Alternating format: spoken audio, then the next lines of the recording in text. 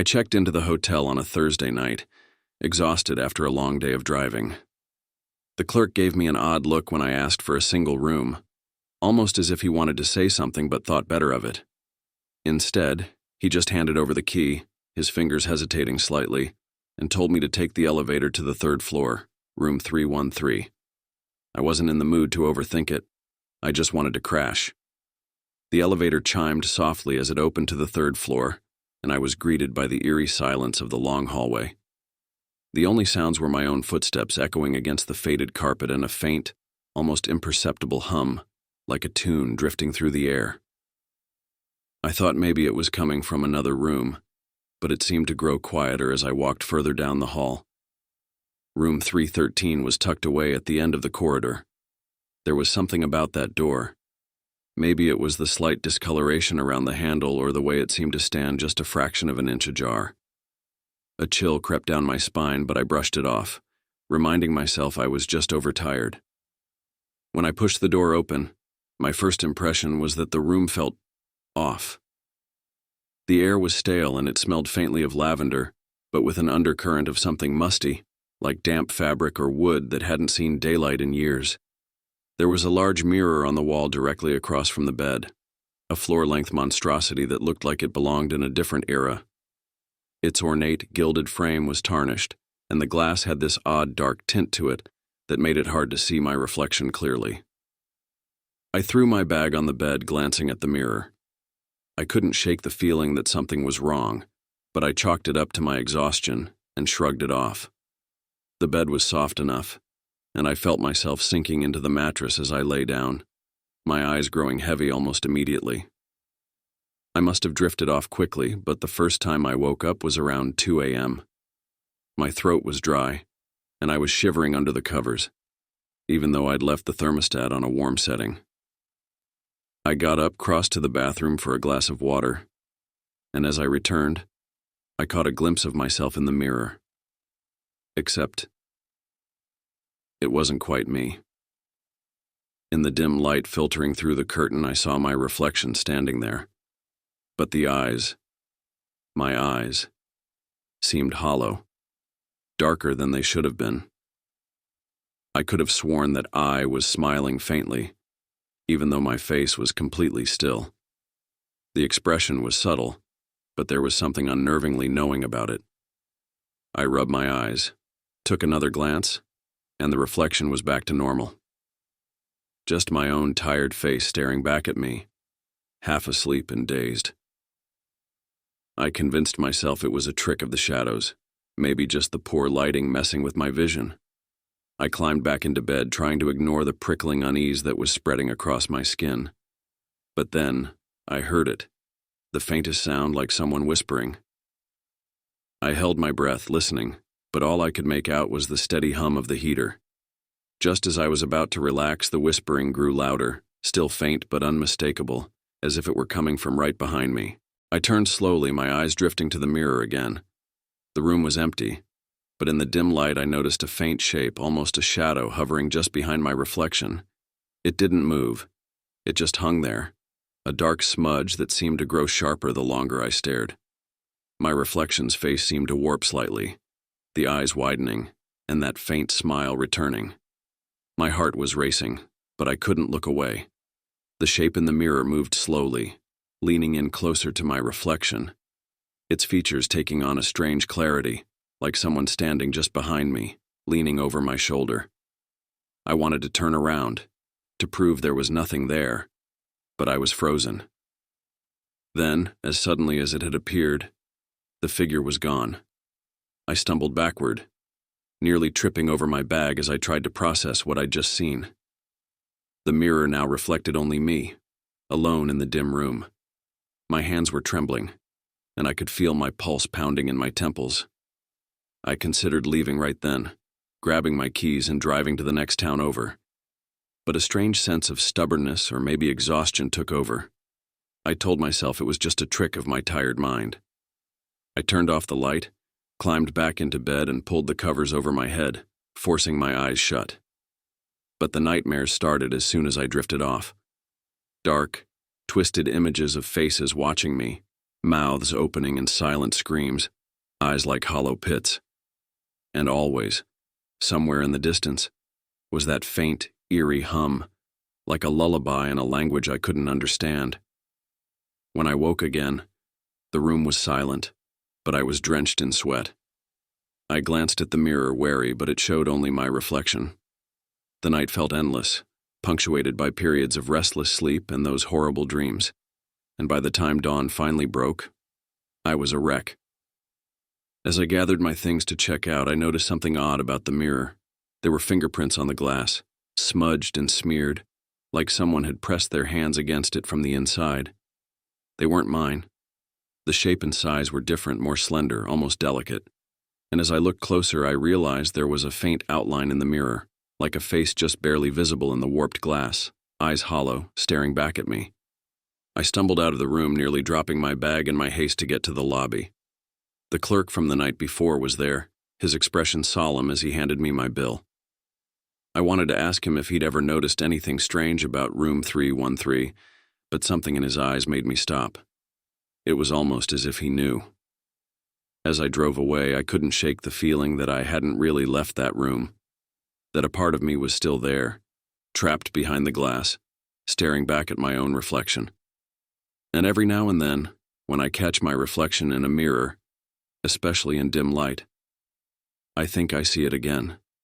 That shadowy figure with hollow eyes and that faint, chilling smile. I stayed at a hotel for work once, and it wasn't anything special.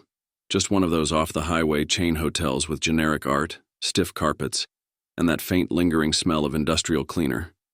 I was there for a business conference and had back-to-back meetings lined up, so I wasn't looking forward to much aside from collapsing in bed at the end of each day.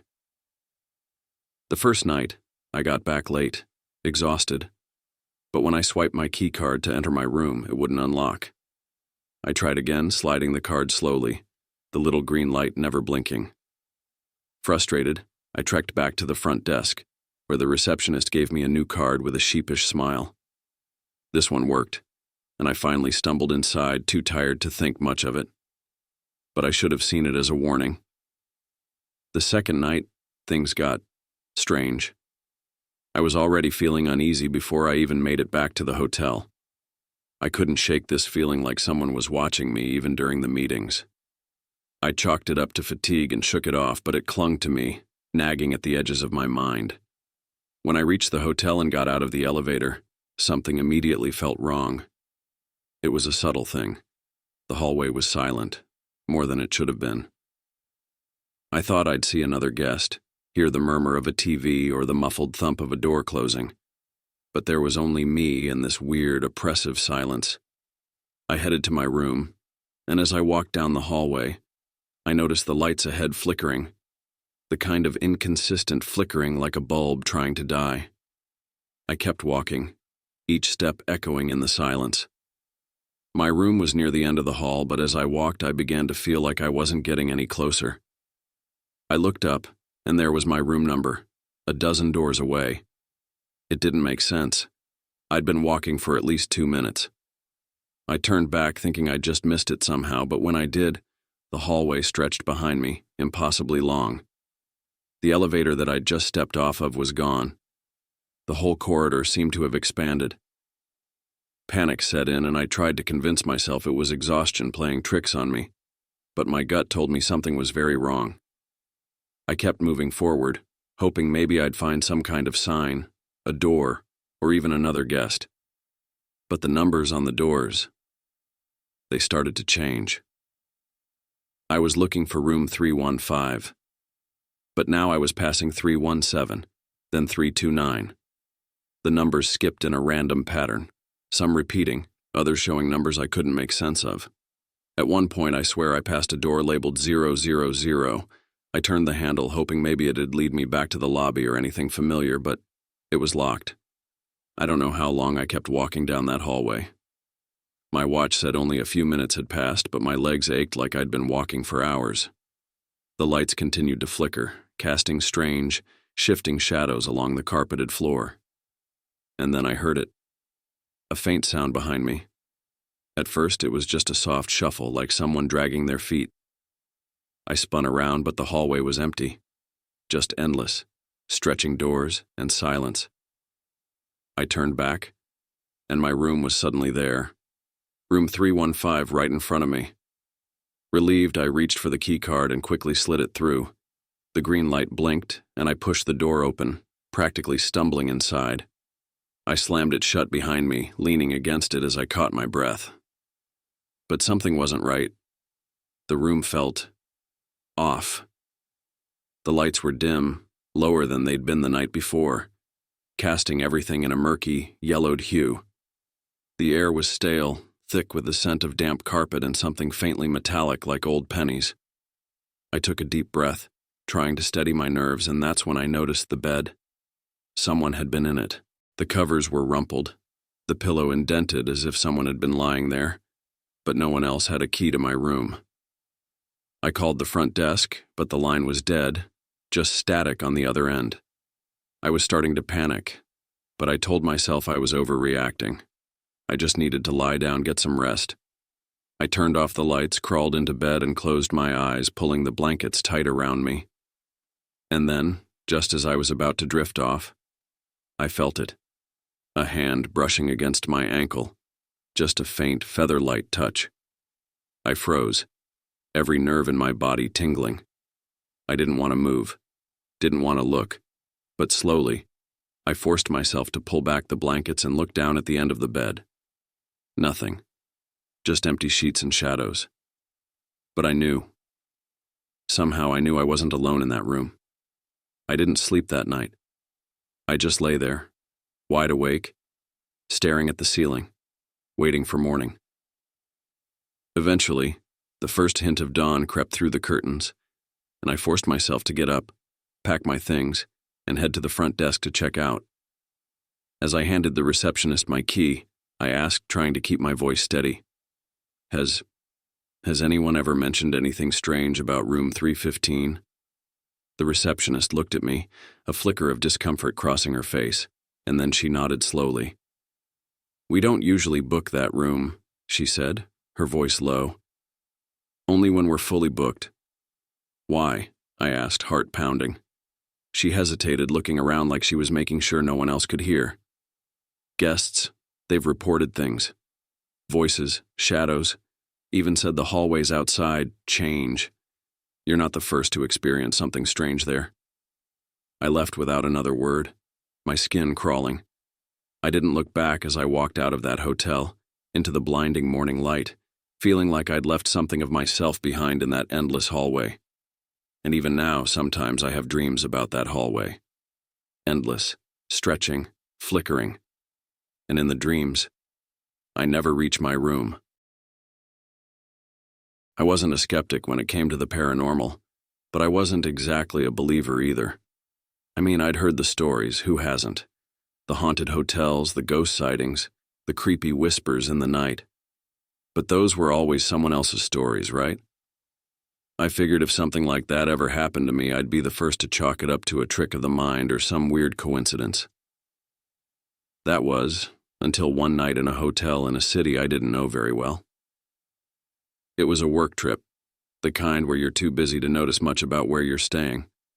The hotel was nice enough, nothing fancy, but solid. I checked in late, exhausted after a day of meetings, and the last thing I wanted to do was head out for dinner. I just wanted to crash, order something from the room service menu and pass out. I called the number listed on the bedside table and placed my order, a burger, fries, and a soda. Nothing extravagant, but enough to fill me up for the night.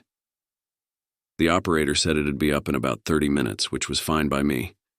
I hung up, stretched out on the bed, and flipped on the TV. A few minutes later, there was a soft knock at the door. I figured it was the room service guy, so I got up, adjusted my shirt, and opened the door. No one was there. I wasn't sure what to think. Maybe they knocked and then backed up to leave the tray, I thought. I stepped outside into the hallway, but the corridor was empty. No carts, no sign of anyone, just the dim lights overhead and the sound of my own breathing. For a second, I considered that I'd just imagined the knock, or that maybe I'd been so distracted by the TV that I'd mixed up the sounds. I turned back into the room, But as soon as I stepped inside, I froze. There, on the small table near the window, was my order: burger, fries, soda, exactly as I'd asked for. I stood there for a moment, confused. How did it get here? I didn't hear a cart roll in. There were no sounds of someone setting the tray down. I hadn't seen anyone in the hallway. It was almost as if the food had materialized out of thin air. My stomach growled, and I decided not to dwell too much on it. I picked up the tray, set it on the bed, and dug in. The burger was decent, the fries hot and crispy. I pushed the odd feeling to the back of my mind, focusing on the comfort of a meal after a long day. But as I ate, something started to feel off. The air in the room had changed. It was heavier, thicker. I couldn't quite place it, but the atmosphere felt wrong. And then, without any warning, the lights flickered. Once, twice. The hum of the overhead bulb buzzed louder than before. I brushed it off as a power surge. No big deal, right? But then, as if on cue, I heard the knock again. This time it was louder, more insistent. 3 solid knocks. I set my fork down slowly, my heart starting to beat a little faster. The knock had come from the door. I was sure of it. But this time I didn't rush to open it. Instead, I stood still for a long moment, staring at the door, wondering if it was some kind of joke. I went to the peephole and looked through. The hallway was dark, empty, no one in sight, no cart, no footsteps, no sign of anyone, just that hollow silence. I backed away from the door, my pulse rising.